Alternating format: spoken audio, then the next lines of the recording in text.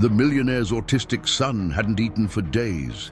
The nanny sat on the floor, and the impossible happened. But the father saw, and what he did afterward changed the fate of the three. The ambulance siren wailed down Park Avenue, a sharp lament dissolving into the late afternoon gridlock. But for Richard, the sound seemed trapped inside his glass penthouse. The noise echoed in his mind, a soundtrack to the panic he was desperately trying to organize into one of his mental spreadsheets. The glass walls offered a view of Manhattan lighting up in a million points of light, a concrete empire he had, in a way, helped build. Every illuminated window represented closed deals, signed contracts, a fortune that grew with the voracity of a city that never sleeps. He was a man who understood numbers, profitability charts, and how to turn capital into more capital. His stock investments were daring and precise. His name was synonymous with success on Wall Street. But here, in the antiseptic silence of his home, none of his accomplishments seemed to matter. The kitchen door was ajar, and that was where the gravity of his life pulled him. He pushed open the solid wood door and found his son, Leo, 6 years old, sitting on the cold tile floor, small and still as a porcelain statue. In front of him, a plate of untouched spaghetti with marinara sauce cooled like Richard's diminishing hope. The boy's eyes were fixed on some point on the wall, lost in a universe nobody could access. It had been days, perhaps weeks, since Leo refused to eat. Food had become an enemy, and the dining table, a battlefield where Richard always retreated in defeat. The doctors, the best his money could buy, used clinical jargon and suggested immediate hospitalization. The word sounded like a sentence, a testament to his failure as a father. He backed away from the doorway, running a hand through his hair, trying to push his commitments into a corner of his mind. There was a meeting about the fluctuation of his dollar assets, a report on new cryptocurrency funds promising astronomical profits. He delegated tasks, optimized processes, outsourced everything he could, including, he realized with a pang of shame, affection. It was at that exact moment that the doorbell rang. It was the new nanny, a last-minute referral from a cleaning staff member. He watched her on the monitor, a simple young woman from a neighborhood in East New York whose name he barely knew, with eyes that seemed trained for the urgency of everyday life. Her name was Clara. When she stepped inside, she brought with her a scent of the street, of real life, that contrasted with the apartment's filtered air. Richard explained the situation with the objectivity of an executive, but Clara barely listened. Her eyes were already on Leo. Without asking permission, she walked into the kitchen, sat on the floor next to the boy, removed her worn shoes, and crossed her legs. Leo didn't move. Then, with a disarming naturalness, she took a banana from the fruit bowl, peeled it, and with her own hands mashed a piece with instant baby cereal she pulled from her purse. As she did this, she began to hum softly an old refrain, a sweet, unhurried melody that sounded like an old-school soul tune. She didn't force, she didn't insist, she just waited. Leo, who seemed indifferent to everything, turned his head minimally. He sniffed the air, pulled back, and then sniffed again, like a suspicious small animal. Richard watched the scene from the kitchen doorway, his phone vibrating in his pocket with calls from his partners. His first reaction was to intervene, to say that this wasn't hygienic, that there were protocols. He was ready to shut down the scene, to reclaim the control he believed he possessed. When he saw the small plastic spoon Clara pulled from her pocket approach his son's mouth, and to his astonishment, the mouth opened. The first spoonful went in. Richard, the man who accumulated a fortune, believing that money bought silence and solutions, heard a sound his memory could barely access, the soft, relieved sigh of his own son. That first spoonful was not a miracle, but the crack that precedes the collapse of a dam. In the days that followed, the house changed its gravitational pull. Clara didn't operate with the logic of rigid schedules and printed menus that the other nannies with their impeccable uniforms, had tried to impose. She moved by an intuition that seemed to spring from the earth itself. The penthouse, once a sanctuary of silence and minimalist design, began to breathe. The first thing she did was open the windows, not just the narrow vents allowed by the climate control system, but she flung them wide, letting the sound of the city rush in. The distant sound of the street, the car horns, the distant murmur of life below wove a new auditory tapestry. Richard, in his soundproof office, felt invaded. This organized chaos was everything he had spent his life trying to keep outside. Clara created a sensory routine. The fluorescent kitchen light was replaced by a warm, yellow-toned lamp. Before every meal, she put a saucepan on the stove with a splash of olive oil and a crushed clove of garlic. The scent spread through the apartment, an olfactory invitation that seemed to awaken ancestral memories of hunger and comfort. Instead of screens or electronic toys, the soundtrack was an old AM radio, tuned to a station playing classic R&B and crooner ballads, music that seemed to carry the sweet weight of other eras. Leo, gradually, began to associate food with this live, welcoming landscape. Richard observed everything from a distance, divided. A part of him, the desperate father, felt immense gratitude. The other part, the multi-millionaire entrepreneur accustomed to absolute control over every variable of his business, felt threatened. These methods weren't in any manual. They couldn't be quantified or turned into an action plan. He tried to talk to her, to align expectations, as he put it in his meetings. He suggested they note the progress on a spreadsheet, that perhaps it would be good to have an expert's opinion to validate the approach. Clara merely smiled, a calm, disarming smile, and said, "We just need to feel it, Mr. Richard. The boy knows what he needs." The tension between gratitude and the need for control grew within him, compound interest on his own guilt. The outside world never stopped calling. There was a crucial dinner with foreign investors in Tribeca, where negotiating a new investment fund would define the next semester's profit. He needed to be focused, sharp, but his mind kept drifting to the scene of his son accepting a piece of papaya from that woman's hand. One night, he arrived home early, the day's weight on his shoulders, his head full of numbers and market projections. The apartment was silent, except for the soft radio melody. The smell was of savory pot roast. He walked to the living room, and the scene he found paralyzed him. Clara and Leo were sitting on the rug, on the floor. Her hands were stained with tempera paint, and the boy, beside her, was laughing, a real, resonant laugh that Richard hadn't heard in months. She looked at him with a smile so genuine, so devoid of any interest beyond the boy's joy, that Richard felt the air leave his lungs. He looked at his own hands, clean, gripping an Italian leather briefcase. He looked at his shoes that cost more than she probably earned in a year, and he felt overwhelming shame at his distance, his emotional sterility. He, who had built an empire, who managed a fortune in assets, realized he didn't know how to sit on the floor and simply be a father. Clara's smile faded when she noticed him, standing there like a statue. He opened his mouth to speak, but the words wouldn't come. What could he say?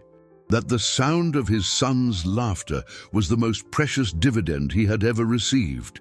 The sound of Leo's laughter worked like an alarm, awakening in Richard a conscience he had kept dormant beneath layers of cash flow spreadsheets and market reports. He retreated to the dimness of his office, the refuge from where he commanded his empire, but the mirrored glass walls now reflected not a billionaire at the peak of his power, but a man frightened by his own inadequacy.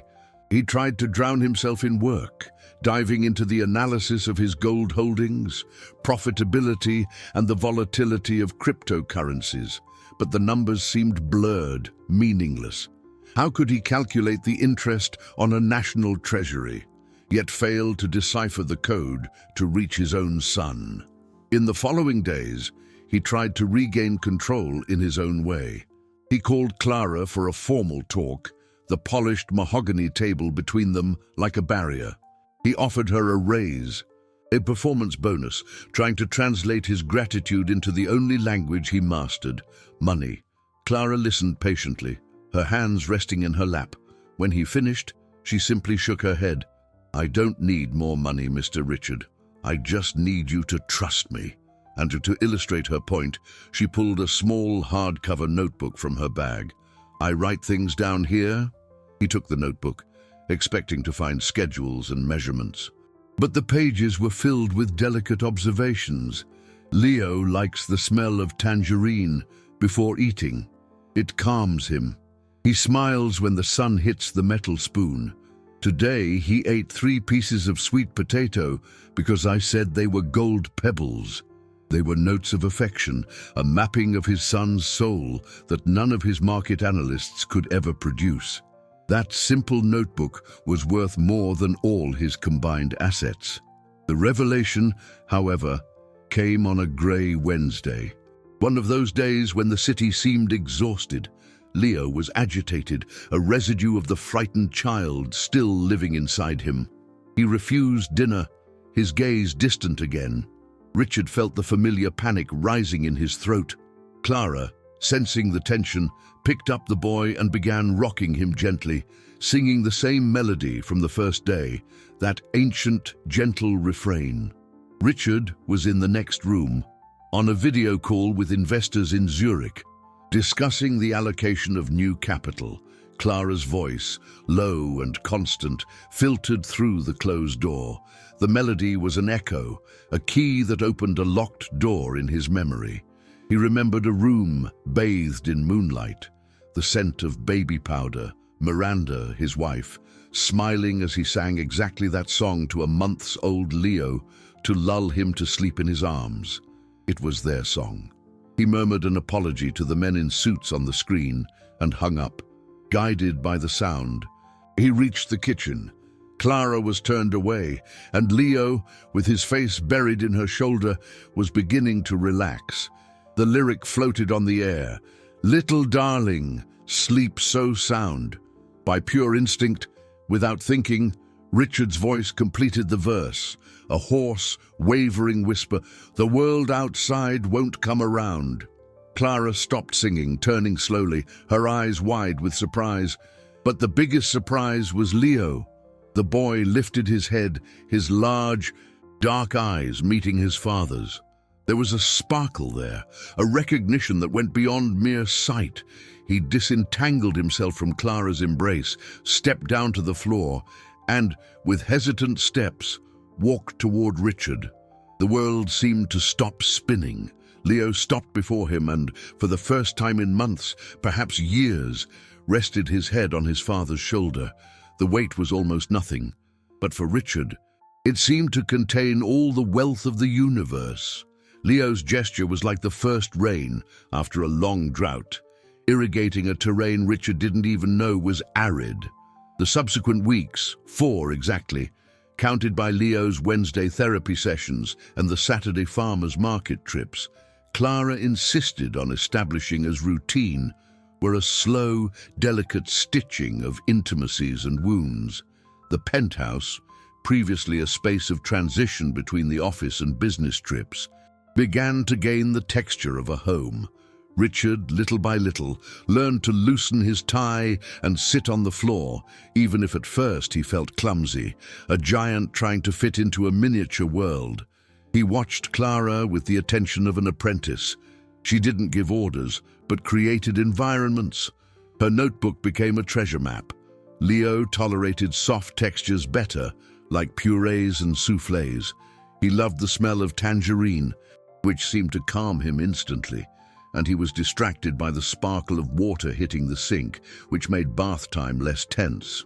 They were small details, almost insignificant to the corporate world Richard came from, but here, in the economy of affection, they represented an incalculable asset. Between the saucepans releasing fragrant steam and the spreadsheet still blinking on his laptop, a new dynamic emerged. One evening, While Clara prepared creamy butternut squash soup and Leo drew colored circles on a sheet of paper, Richard found himself confessing something he had never admitted aloud. He spoke about the guilt that devoured him, the guilt of hiding in work since Miranda left.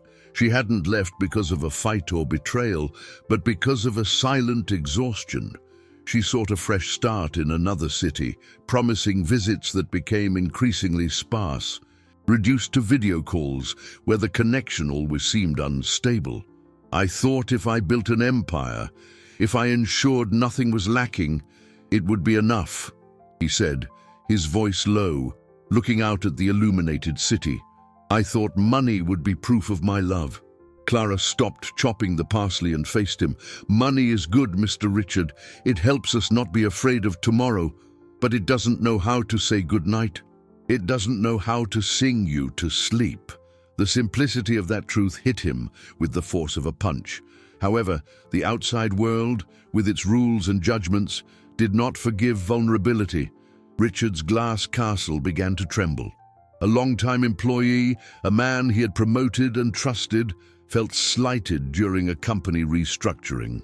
Fueled by resentment, he began to observe the new dynamic in the house.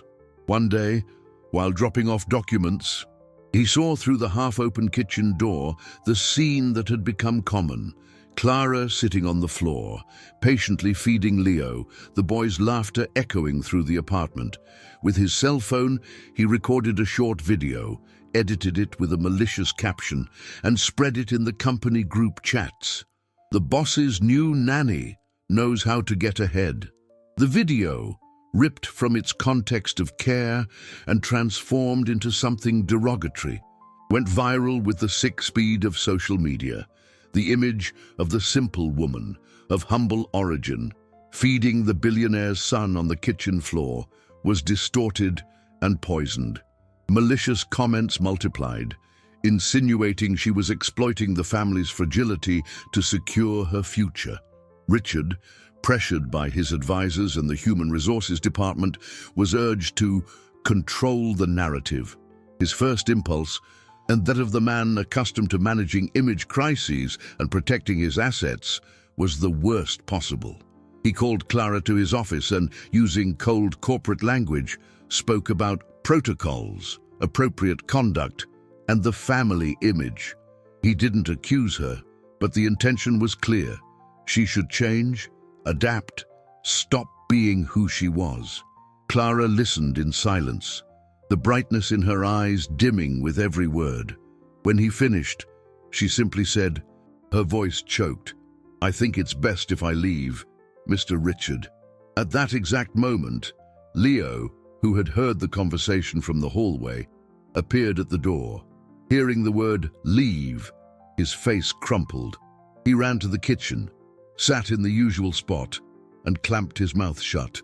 The silence, the old ghost, returned to haunt the penthouse. Leo's silence was louder than any fire alarm. It was a vacuum that swallowed the air, the colors, and the scents that Clara had. With such effort reintroduced into that apartment, Richard looked at his son, huddled on the kitchen floor, and then at Clara, standing, dignified in her hurt, and understood the magnitude of his mistake. He had tried to manage a feeling as if it were a stock market action, and the result was an immediate collapse. "No, you're not going," he said, his voice firm for the first time in that conversation. "You stay." It was a command, but it sounded like a plea. Clara faced him, the hesitation in her eyes a scale weighing the pain of the offense against her affection for the boy. Before the situation could dissolve or deepen, the intercom blared. It was the doorman, announcing the arrival of his parents, George and Eleanor. Richard felt a chill. Their visits were rare and, almost always, precursors of trouble. They entered the apartment as if inspecting foreign territory. Eleanor, with her impeccable tailor suit and a pearl necklace that seemed to carry the weight of generations, looked at the scene, Clara standing, Richard tense, Leo on the floor with evident displeasure. George, a man whose original fortune was built in more traditional ventures, maintained an inscrutable expression, but his eyes examined every detail, calculating liabilities. The conversation was brief and sharp. They were aware of the video, of the unnecessary exposure. Eleanor used the word embarrassment 3 times, but the final blow came on official letterhead, delivered by George with the formality of someone executing a commercial transaction. It was a court notification. His own parents were filing for emergency custody of Leo, alleging negligence. The document cited the boy's reclusive eating as proof of an unstable family environment and the recent image crisis as the trigger. Clara's presence, her humble background, her unorthodox methods was used as a veiled argument, a key piece in the narrative that Richard had lost control of his own home and, consequently, his life. The strategy was clear: to use his vulnerability to seize what they considered the family's most precious asset, the heir. For the first time in his life, Richard felt the crushing weight of his own last name, his fortune, his inheritance. Everything he had multiplied with such dedication now turned against him like a weapon. He would be judged not by his achievements, but by his most intimate failure. His parents saw him as a wealth manager, and his son was merely the most important asset. The humiliation gave way to fury, a cold, decisive fury. He looked at his parents, elegant and distant figures, and then at Clara, who remained silent, observing everything. In that instant, he knew he had to make a choice. The company advisors, in frantic calls, advised him to fire the nanny immediately. It would be a gesture to clean up the narrative, to show he was in command, sacrifice the weakest piece to protect the king. But looking at Leo, who still refused to lift his head, he understood that Clara was not the weakest piece. She was the queen, the only one with the power to cross the board and reach the cornered king. He turned to his parents and said, with a calm he didn't feel, "The meeting with the lawyers is tomorrow, and Clara will come with me." Eleanor raised an eyebrow. She? What role would she have in this? The main role, Richard replied. She's the only one here, besides me, who is actually concerned with my son's well-being and not his net worth. It was the first micro-victory, an act of rebellion that echoed through the silent room. He kept her employed, publicly, and decided to take her into the lion's den. The city, always hungry for high society drama, watched gossip blogs, which had previously painted her as an opportunist, now called her the savior nanny. The elite who frequented Thursday night dinners found her presence at decision tables strange, a dissonant element in the symphony of power and money. In the relentless court of public opinion, nothing was simple, and the war for his family's soul was just beginning. The law firm's meeting room was an aquarium of luxury and power, with glass walls overlooking Midtown and a mahogany table so polished it reflected anxious faces. Richard felt in his natural habitat, surrounded by men in expensive suits who spoke in legal jargon, but Clara's presence beside him altered the entire chemistry of the environment. She wore a simple, cotton dress and held her notebook as if it were a document of inestimable value. The lawyers, hired to protect the family's assets and image, looked at her with a mix of curiosity and disdain. To them, she was a liability, an uncontrolled variable in the equation. The lead attorney, Mr. Sterling, a man with the coolness of a high-interest contract, began outlining the strategy: discredit the allegations, present Richard as a dedicated but overburdened father, and suggest the nanny was merely a temporary employee. When he finished, a heavy silence settled. Then, Clara, who hadn't spoken a word until then, cleared her throat. "Excuse me, counselor." All eyes turned to her. "I don't understand laws or business, but I understand Leo." She opened her notebook. Her voice was calm, without any hint of intimidation. She didn't talk about rights or duties. She talked about Leo's aversion to the color red on his plate, about how the sound of a blender startled him, and about the time he ate an entire bowl of pumpkin soup because she said it was sunshine soup. She described the exact texture of the puree he accepted, the temperature of the juice, the music that made him relax. These weren't legal arguments, they were proof of love, an inventory of care that filled the room with an irrefutable truth. Mr. Sterling was speechless. Richard felt a surge of pride and protectiveness toward this woman. He was about to endorse her words when his cell phone vibrated on the table, once, twice, 3 times. It was his CFO. He excused himself and answered. The voice on the other end was a thread of panic. A contract with an international consortium, one of his company's largest investments, had been mishandled by one of his managers. A due diligence error, a misinterpreted clause. The result? A collapse of reputation. His company's stock on the exchange was in freefall. The enraged European investors demanded an emergency in-person meeting in Miami to reverse the crisis. The damage could be catastrophic, threatening not only the year's profit, but the stability of his entire empire. Richard felt the blood drain from his face. He returned to the room, his mind racing, trying to calculate the damage, trace a containment plan. While Mr. Sterling resumed speaking, now with a more respectful tone toward Clara, Richard could barely focus. He only thought about the falling charts, the capital draining away. He arrived home late that afternoon, feeling like a man split in two. On one side, the battle for his son's custody. On the other, the imminent implosion of his business. He found Leo quieter than usual. The boy was pale, with deep dark circles under his eyes. Clara examined him with concern. "He has a slight fever, Mr. Richard, and he barely ate anything today." The panic, which had been contained in the professional compartment of his mind, overflowed and flooded everything.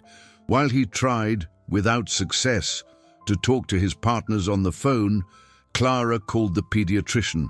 The night dragged on, heavy and tense.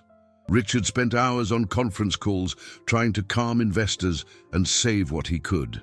Near midnight, exhausted, he saw the light in Leo's room on. Clara was sitting beside the bed, placing a damp cloth on the boy's forehead. At that moment, his personal cell phone rang. It was the pediatrician. The doctor's voice was serious. "Richard, based on Clara's description and Leo's history, I don't want to take chances. I recommend a brief hospitalization to monitor his weight and run some tests. The ideal would be to bring him in tomorrow morning." As soon as he hung up, the other cell phone, the corporate one, beeped with a message from his assistant. "Flight to Miami confirmed 6 a.m. The investors' meeting is at 10 a.m. Non-negotiable." He stood in the hallway, the darkness of the house swallowing him. In one hand, the urgent need to be by his son's side at the hospital. In the other, the flight that could save or destroy a lifetime's fortune. The impossible choice was before him, an abyss for which he had no map. Richard felt like a man standing on a shifting tectonic plate. On one side, his son, fragile, needing him. On the other, the empire he built with his own ambition about to crumble. The early morning hours dragged on in tense silence, broken only by Leo's dry cough and the incessant buzzing of Richard's phone. He spent hours in the office, pacing back and forth, the sleeping city outside, an indifferent witness to his dilemma. He tried to convince himself it was a matter of logic. Saving the company meant guaranteeing Leo's future. The best hospitals, the best treatments. Protecting his assets was, in a way of protecting his son.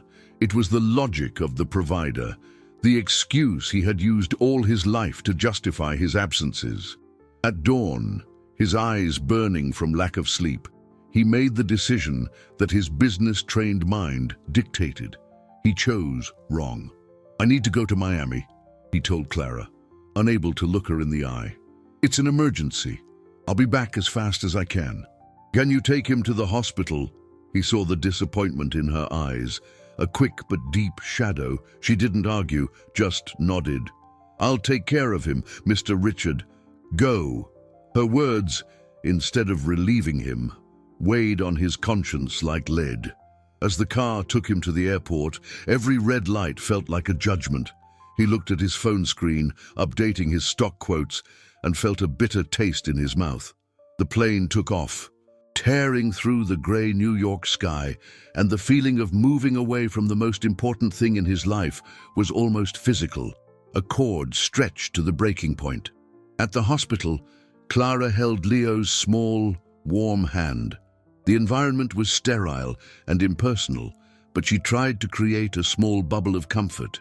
She hummed the old refrain, the soft melody fighting against the beeps of the monitors. She offered warm gelatin on a plastic spoon, keeping her gaze steady and calm, a beacon of peace in the storm. Leo, despite the fever, seemed to sense that security and accepted small sips.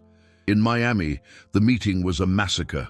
Richard found himself cornered, bombarded by questions, distrust, and veiled threats.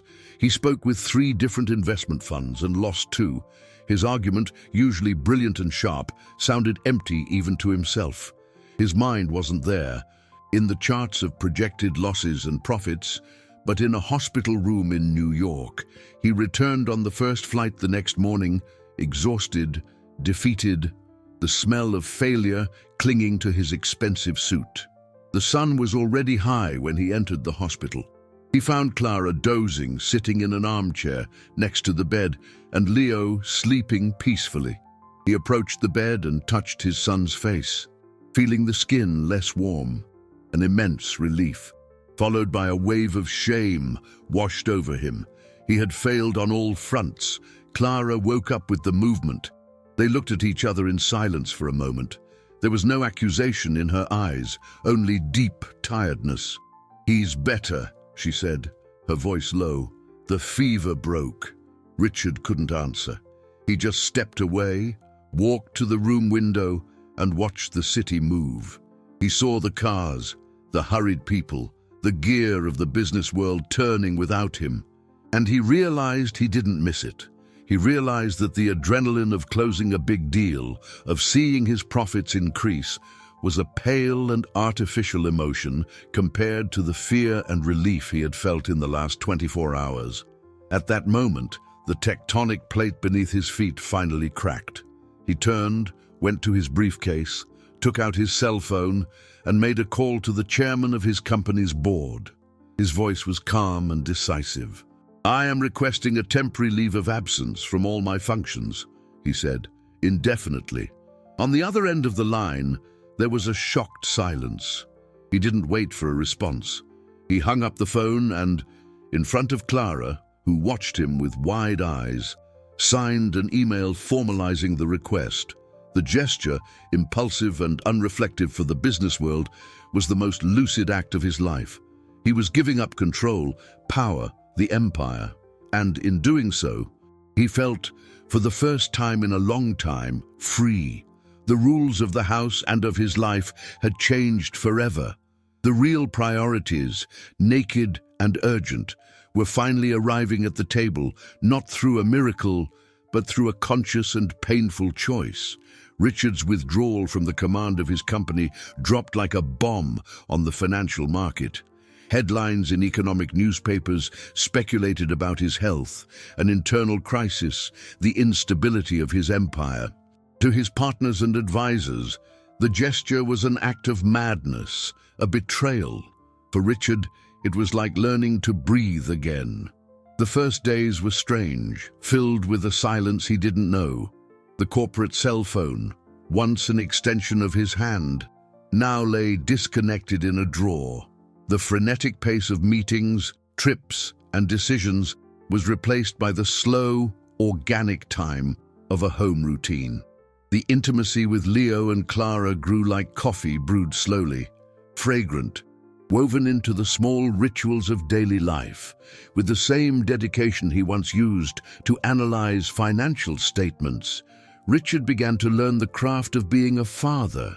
He learned to cut vegetables. his large hands accustomed to signing contracts, now clumsy with the knife. He put too much salt in the food, burned the rice, and for the first time laughed at himself without reservations. Leo, observing the transformation, seemed to bloom. The constant presence of his father was a balm, a nourishment as nutritious as the food he now accepted more easily. Richard discovered that his son loved the sound of book pages being turned and that he was ticklish behind the knee. They were small discoveries, gold coins in a newfound treasure. He began to kiss Leo's forehead before bed, a gesture that initially seemed rehearsed but soon became the anchor of his days. The forced coexistence brought about by the crisis opened space for mutual vulnerability between him and Clara. One night, while folding a sheet together, she, who always held her body like a shield, revealed a piece of her own baggage. She recounted that she had lost a younger brother in childhood, not to an illness, but to a domestic accident, a brief moment of her mother's distraction. "Since then, I know what the hunger for presence is," she said. Her voice choked. "Sometimes we don't need a full plate, but someone to hold our hand while we eat." Richard understood Clara's obsession with rituals, the foam playmat, the always identical cups, Leo's blue spoon, wasn't a quirk, but a security mechanism, a way of building a predictable and safe world for the boy. And he, in turn, understood his own defense mechanism. Control, the need to turn everything into numbers and goals, was his way of distancing himself from the pain, the emotional chaos caused by Miranda's departure and his son's illness. He admitted to her the terror he felt of failing as a father, of not being enough, and how work became the perfect hiding place. Amid this fragile peace, the outside world knocked again. The news of Richard's leave reached his family's ears, who interpreted it as another sign of weakness. One afternoon, an elegant and articulate woman, introducing herself as an image consultant connected to his parents, sought out Clara. The proposal was tempting and cruel. She offered her a job with a salary 3 times higher, in another house, with another family. The justification was to avoid further exposure for the nanny and protect the boy's privacy. It was a bribe disguised as an opportunity, an attempt to remove her from the equation cleanly and professionally. Clara felt her stomach drop. It was an offer that could change her life, ensure her own family's future. But then Leo, who was playing in the living room and overheard the conversation, approached. He didn't understand the words, but he felt the threat in the conversation's tone. The boy looked at the strange woman, then at Clara, and had a crisis. He started biting the sleeve of his shirt, a behavior he hadn't exhibited in weeks, and ran to hide under the table.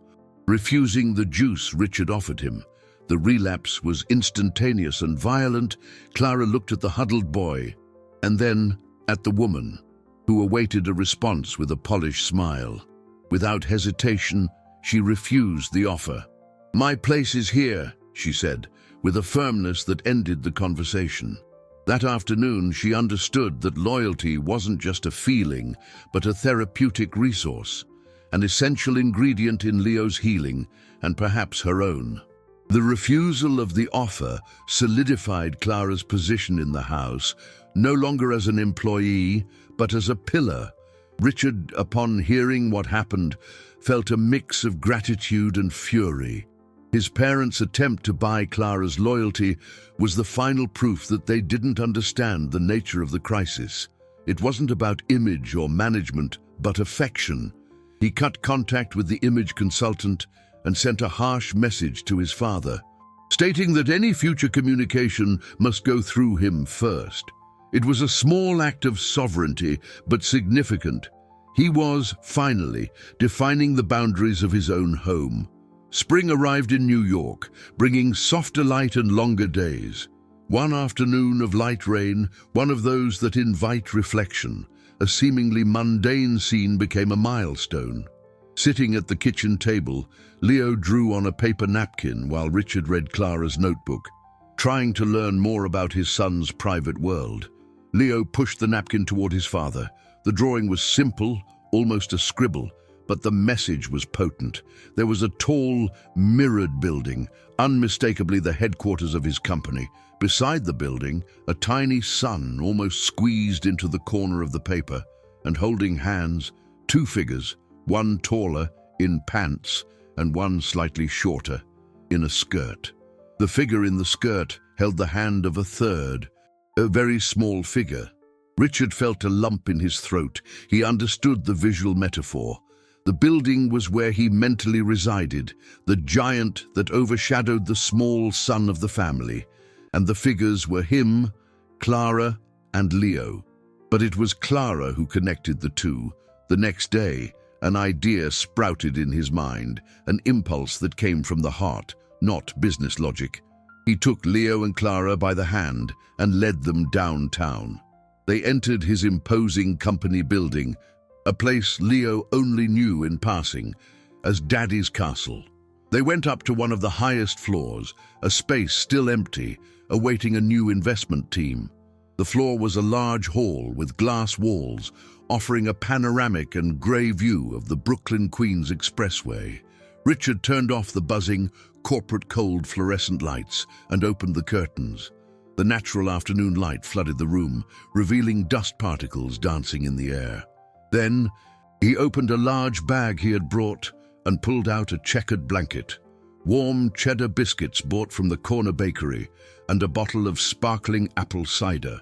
He improvised a picnic there, on the cold, polished concrete floor. Leo, at first, was suspicious. This was the space that always stole his father. But the smell of the biscuits, his father serving the juice in a plastic cup, Clara's calm presence beside him, all of it transformed the environment. The boy ate without withdrawing, his curious eyes watching the miniature cars far below. It was a small reversal, but of great consequence. The space that symbolized absence and power, capital and business, was resignified. That day, he not only gave his son a moment of joy, but a good memory, an asset of incalculable value for the accounting of the soul.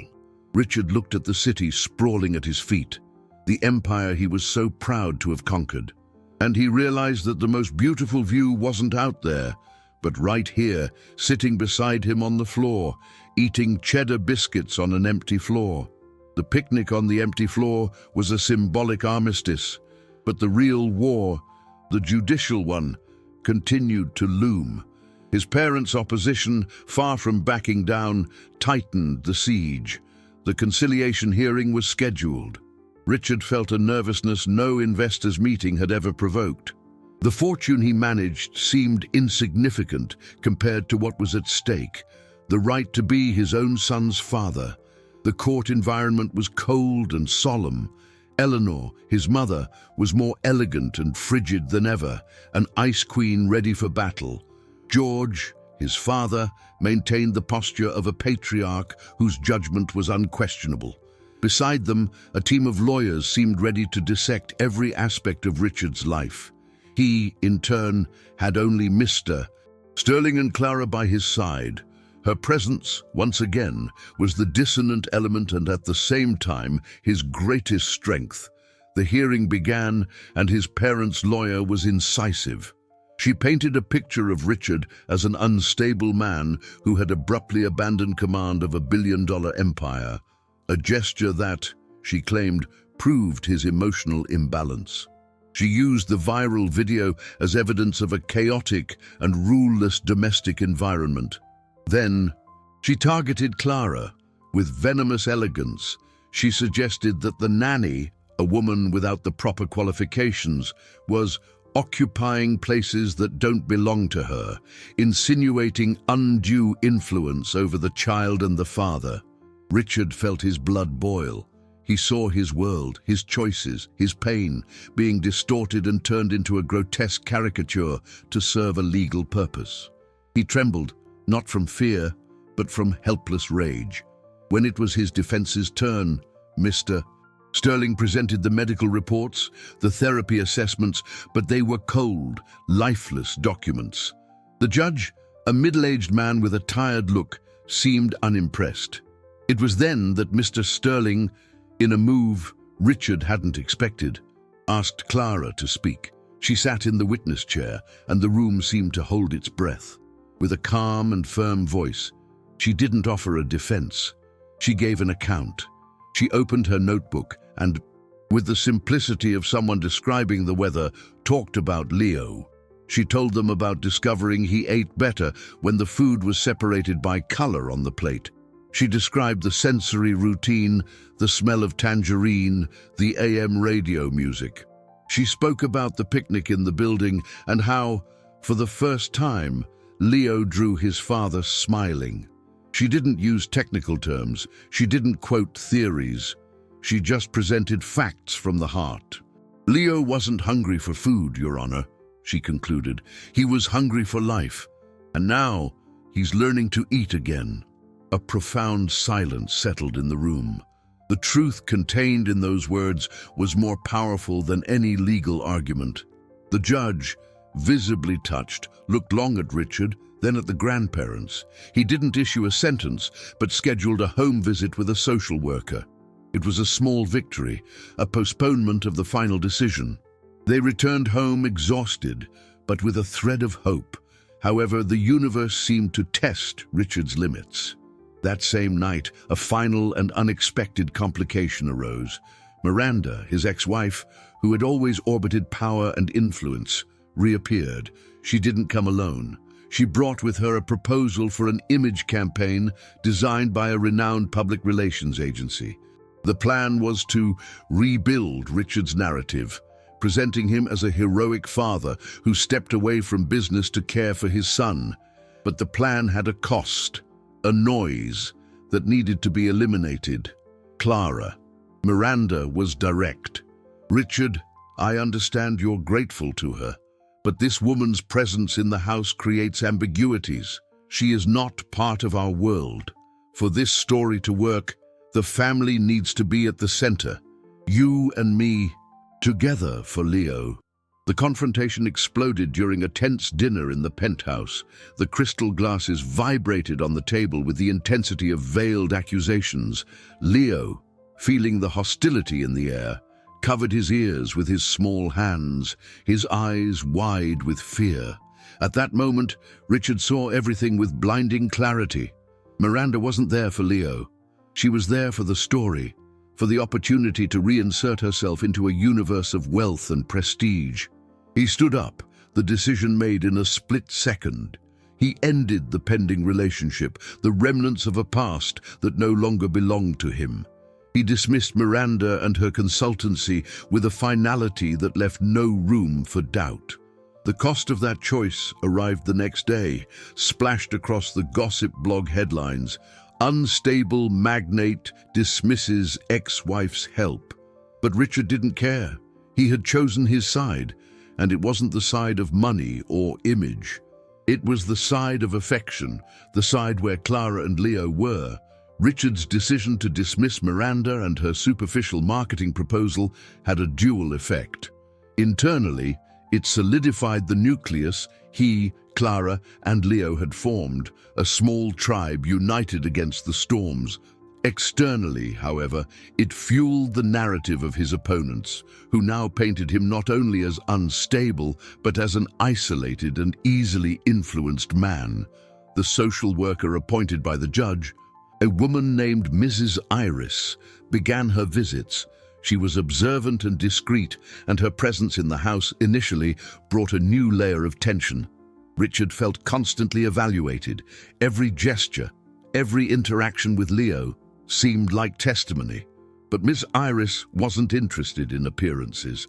She observed the real dynamic of the house, the smell of cornbread coming from the kitchen, the low sound of the AM radio, the way Leo sought Clara's hand when he felt insecure, and how increasingly he sought his father's gaze to share a discovery. One day, she found Richard on the living room floor, trying to build a block tower that Leo knocked down with a laugh. She smiled for the first time. "You know, Mr. Richard," she said, sitting in an armchair, "I've spent my life going into people's homes, What I see most are parents who give their children everything money can buy, except the only thing it can't: time.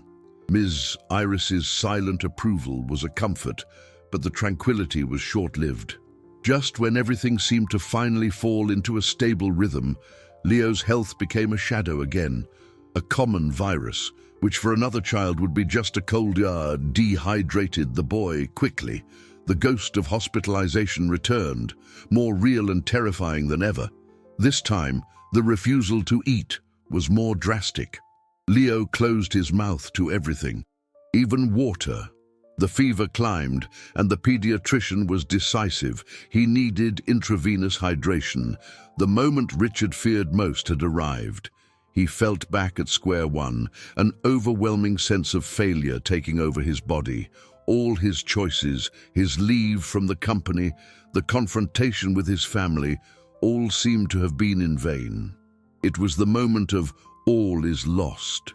Aware that the news of the hospitalization would attract the press like a magnet, Richard made a decision. Instead of taking Leo to the luxury hospital where he was born, he drove to a public hospital in East New York, the same neighborhood Clara came from. It was a calculated choice to keep the cameras away, but also a gesture of humility, a recognition that in sickness, all the fortunes of the world are leveled. The hospital was crowded. The air was heavy, filled with stories of pain and hope. They waited hours for a bed, and when they finally got a room, the environment was simple or almost austere. Leo was lethargic, his eyes sunken, his small body limp in the bed too large for him. The nurses gently tried to find a vein in his thin arm, and the boy's weak cry was like a knife in Richard's heart. He felt paralyzed, useless. It was then that Clara, who had remained silent, opened her purse. From inside, she pulled out a tangerine. With a slow, ritualistic gesture, she began to peel it, spiraling the rind in a single long strip. The citrus smell, sweet and vibrant, filled the room, cutting through the scent of disinfectant. The familiar aroma seemed to awaken something in Leo. He stopped crying and turned his head toward the smell. Richard, seeing the small reaction, felt a flash of hope.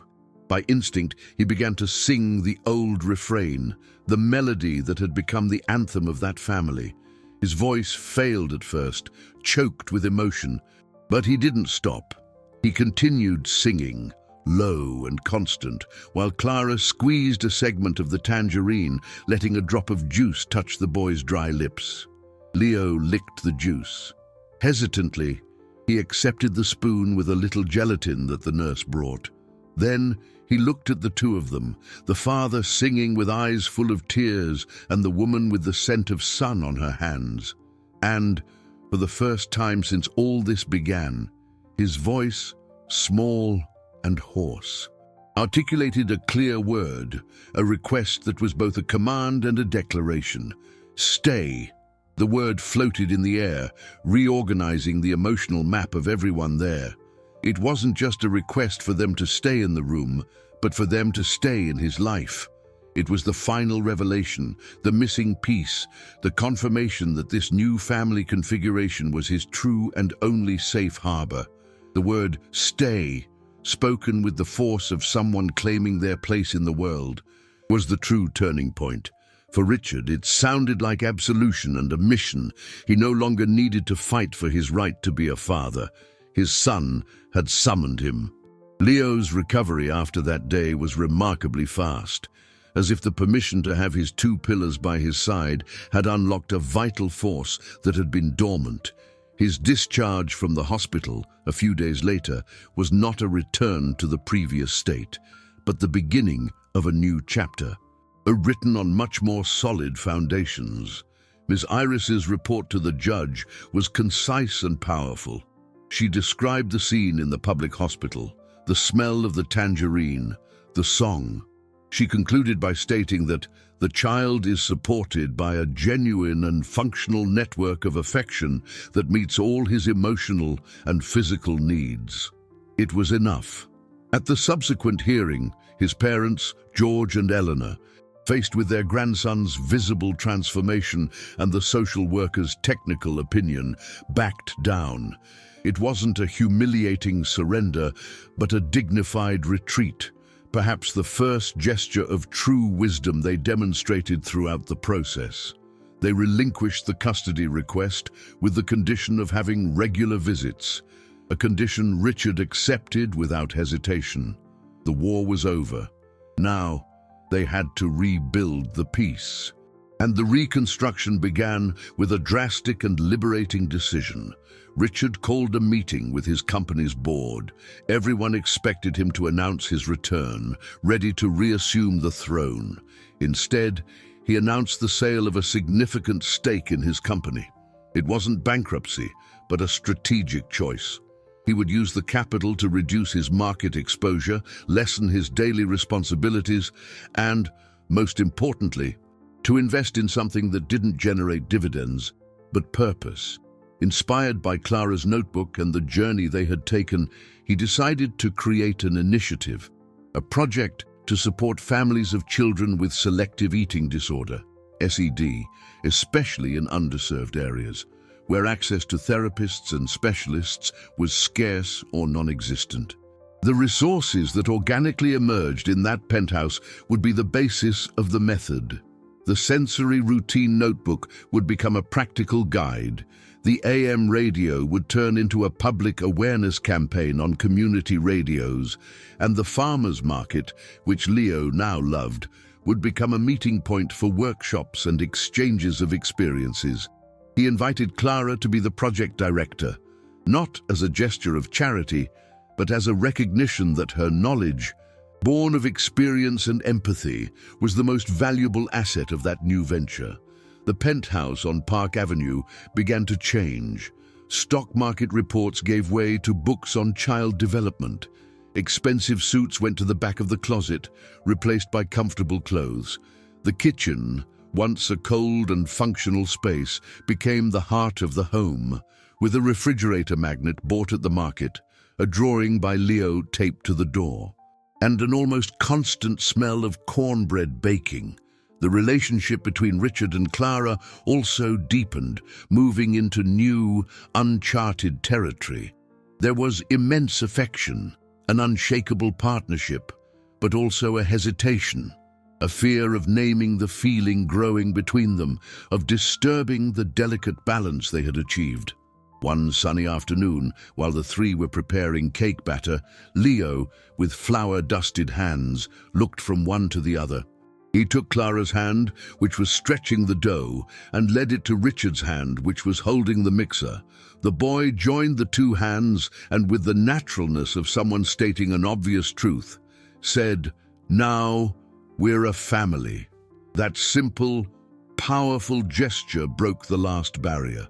Richard looked at Clara, seeing no longer the nanny, no longer the savior, but the woman who had taught him the language of affection. He saw the strength in her gaze, the beauty in her tired smile, and knew that the most profitable investment of his life would be building a future by her side.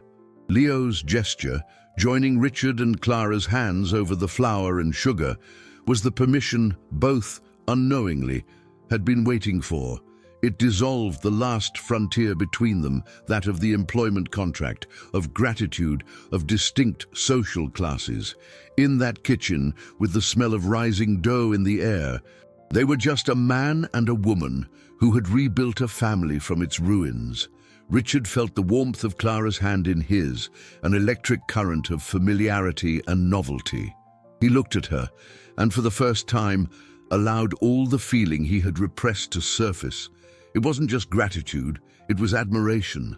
It wasn't just partnership, it was a deep desire to share every sunrise, every small victory, every nocturnal fear. The transition from boss and employee to something more intimate wasn't marked by a grand romantic gesture, but by a succession of small kindnesses. They began to share not just household chores, but silences, laughs, and dreams for the project they were creating. He listened to her talk about her childhood in East New York with the same interest with which he used to listen to an analyst discuss the Asian stock market. She, in turn, helped him decipher the complexities of his own heart, teaching him that vulnerability wasn't a liability, but the greatest of human assets. The social initiative they created together began to take shape. The first meeting took place on a Saturday morning in a public school gymnasium. The community radio announced it all week. They expected 20, maybe 30 people. More than 100 showed up. Mothers, fathers, grandparents, bringing their children, their anxieties and their hopes. Clara, with her simple and direct manner, climbed onto a small makeshift stage. She didn't give a speech. She told her story with Leo. She opened her notebook and shared the small discoveries, talking about textures, smells, and patience. Richard, standing in the back, watched her with a pride that barely fit in his chest. He saw the immediate connection she established with those families, the empathy that flowed from her like a pure spring. He, who had spent his life speaking to audiences of investors, realized he had never witnessed such powerful communication. That day, he wasn't the billionaire funding the project, but Clara's partner, helping serve juice and arrange chairs. Leo, among the other children, was radiant. For the first time, he wasn't the boy who doesn't eat, but just another boy, playing with colored modeling clay. He offered a piece of his tangerine cake to another child, a gesture of generosity that, months earlier, would have been unthinkable. The resolution of the conflict with the grandparents also found a path to peace. George and Eleanor appeared at the second meeting of the project.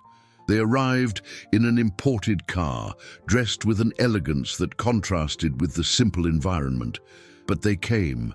They observed from afar with an inscrutable expression. At the end, Eleanor approached Clara, who was wiping down a table. "You saved my grandson," she said, her voice low but firm, "and perhaps you saved my son too. Thank you."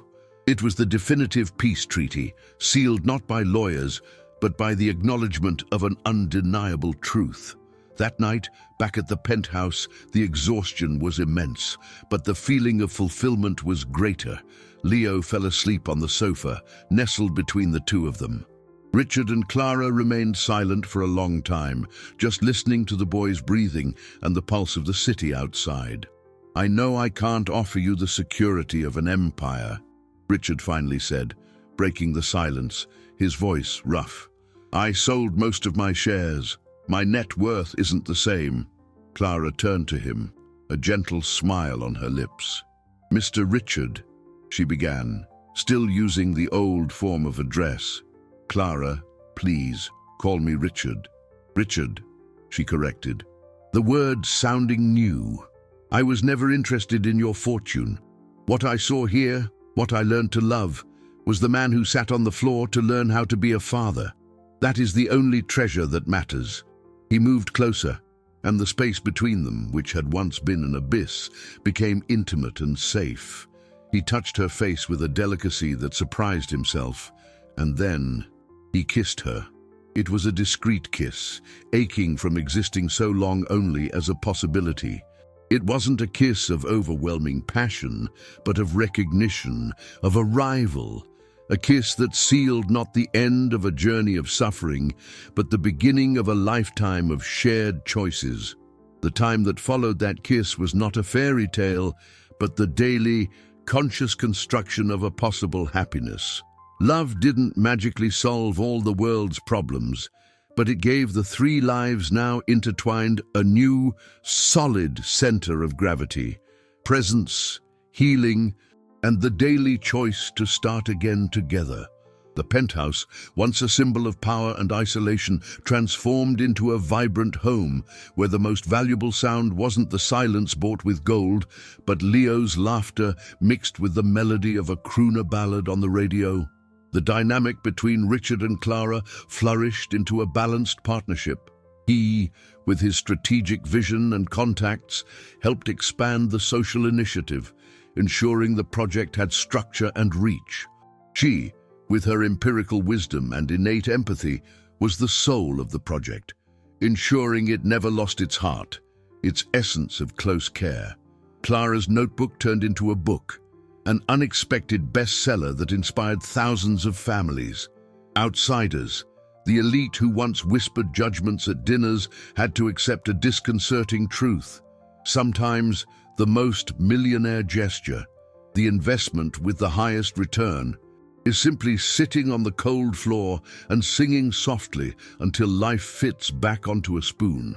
Leo blossomed in a way that no expensive therapy had managed. The selective eating didn't disappear completely, but it became a characteristic, no longer a sentence. He learned to experiment, to trust, to associate food with celebration and affection. One afternoon, in the now familiar and cozy kitchen, smelling of cornbread baking in the oven, Leo was sitting at the table, drawing. Richard was making coffee and Clara was watering a small basil plant by the window. The boy pulled Clara's shirt sleeve, making her bend down.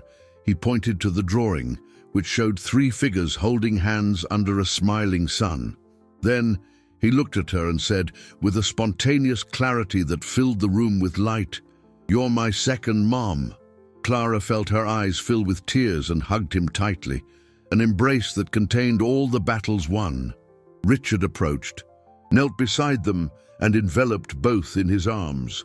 Looking at Clara over his son's head, he asked, with the humility he had learned in pain, "Stay.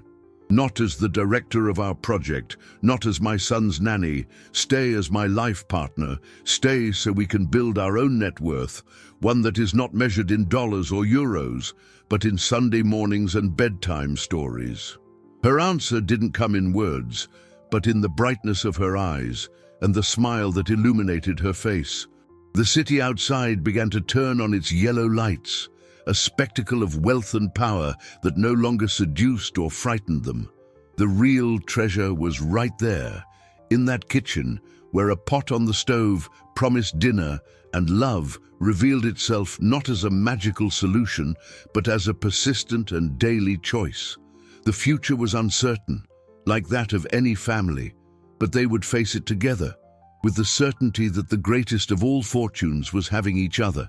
A safe harbor built not on foundations of concrete and steel, but on the unshakable base of affection.